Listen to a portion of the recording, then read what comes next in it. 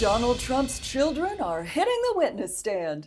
Don Jr. and Eric sat in the hot seat this week, and according to both of them, they've never dealt with a financial transaction in their life.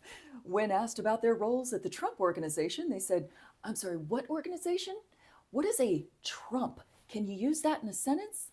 Ivanka Trump tried to weasel out of her testimony next week by saying being away from her kids during the school week would be a, quote, undue hardship. Ivanka, if you can make it through the undue hardship of having Donald Trump as a father, I'm confident you can find some midweek childcare. Meanwhile, the gag order against Donald Trump has been reinstated, and Jack Smith has suggested that if he violates it another time, and trust me, he will, that maybe we throw the guy in jail for a change? Trump says that this gag order takes away his freedom of speech in the middle of his election campaign. And dude, they're not saying you can't advocate for clubbing immigrants over the head like they're baby seals, just that you can't talk shit about the court or the witnesses. How is Mike Meadows Better Watch His Back part of your campaign platform?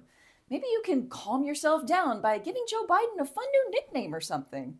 After the gag order was reinstated, Trump immediately took to Truth Social with a post disparaging the judge.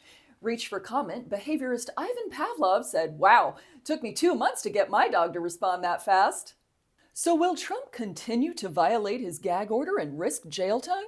Here with some advice for him is our chief life coach correspondent, Jen Haston. Welcome, Jen. Hi, Andrea. Now, Jen, what advice do you have for the former president to help keep himself from violating these gag orders? So I'd say the first thing that the president needs to do is remember his regulation exercises.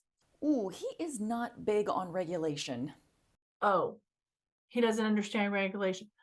Okay, let's back up. Let's level set here. In order to regulate, that means that you recognize you're having strong feelings that are difficult to control. Okay, let's see. What's another way to put that?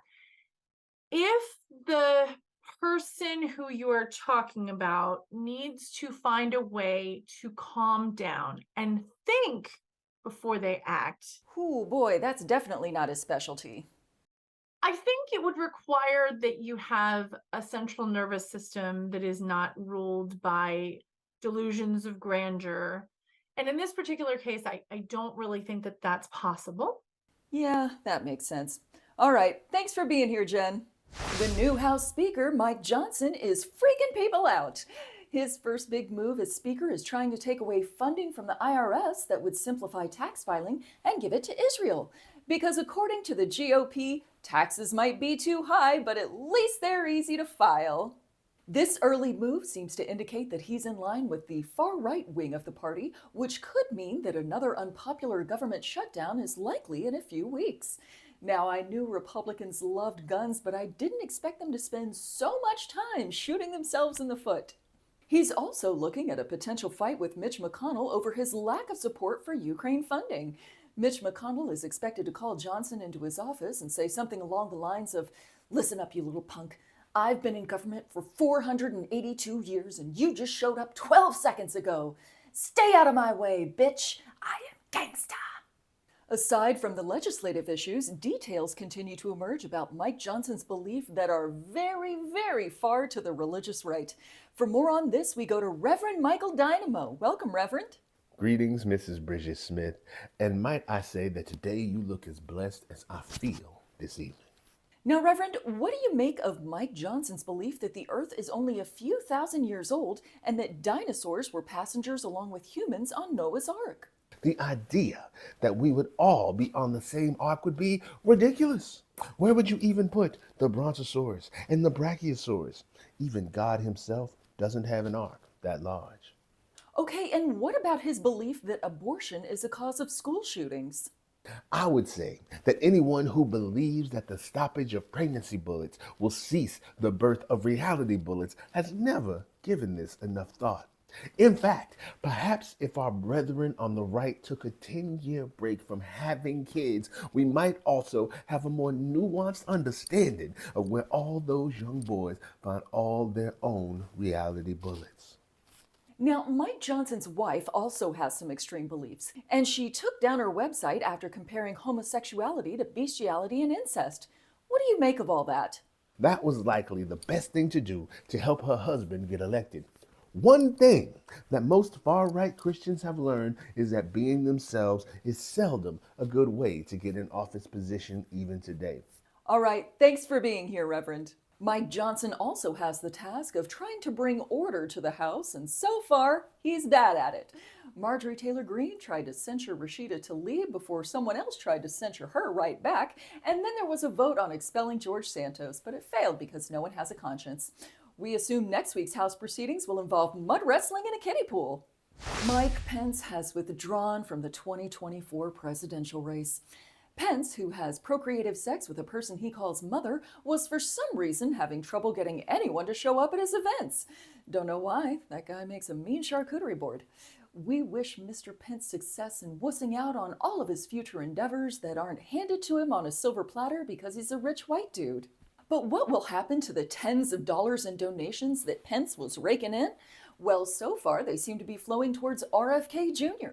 That's right, an analysis of his donors suggests that he's getting more money from Republicans than Democrats, which could spell trouble for Donald Trump.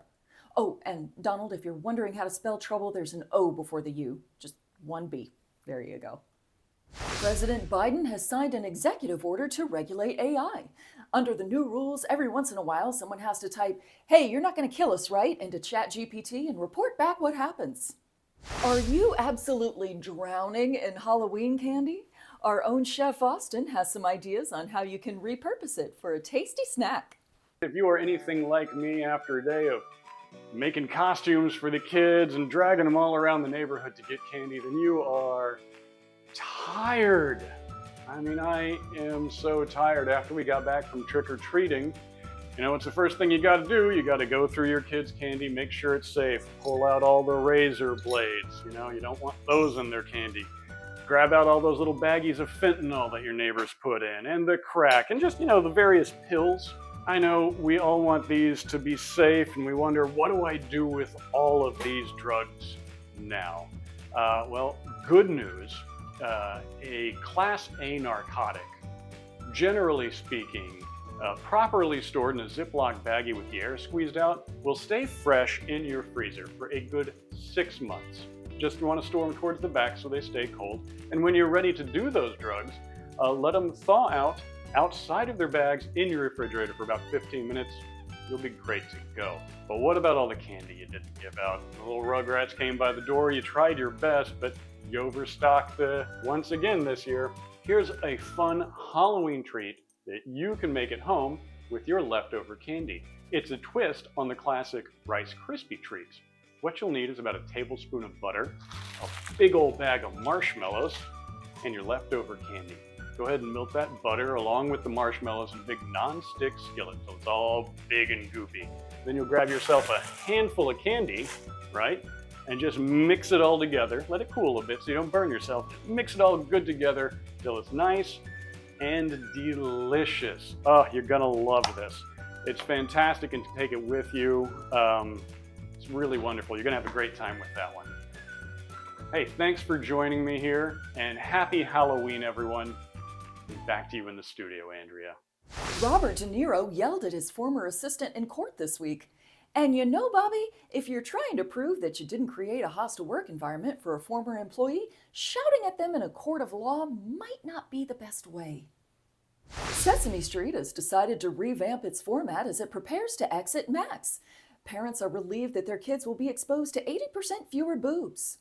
Sam Bankman-Fried was found guilty on all counts in his fraud trial this week. The jury took less time to convict him than I've spent choosing a restaurant for dinner. But I have to say, I am just relieved. It's nice that the crypto industry will now be free from fraud forever. Oh, this just in. I'm being told that that's not even remotely true. The guy who cut Twitter's value in half and then some wants you to trust him with your money. That's right, Elon Musk announced that financial capabilities were coming to X that would replace your bank account. So if you've been looking for a financial system based on Dogecoin and neo-Nazi vitriol instead of gold, then you're in luck. A new report says that people with African ancestry are poorly represented in genetic studies. In fact, they represent about 2% of participants. Well, it only took until 2023 to know that they needed African data at all. Great progress, science. A new study shows that anger can help you complete tricky tasks. That study was commissioned by IKEA. And finally tonight, Cardinals pitcher Adam Wainwright says he's retiring from baseball because he got a puppy. Now, quitting your career is a good start, Adam, but you might want to hire 3 or 4 more people to help you manage that thing. Puppies are a lot. That wraps up this week's episode, but join us for our live show next Tuesday at 4 p.m. Central Time on Election Day, and we'll also be having a live debate watch party next Wednesday night starting at 6:30 p.m. Central, because friends don't let friends watch a GOP debate alone. It's going to be terrifying. Watch it with us. We'll laugh together. Thank you for watching, and we will see you next time.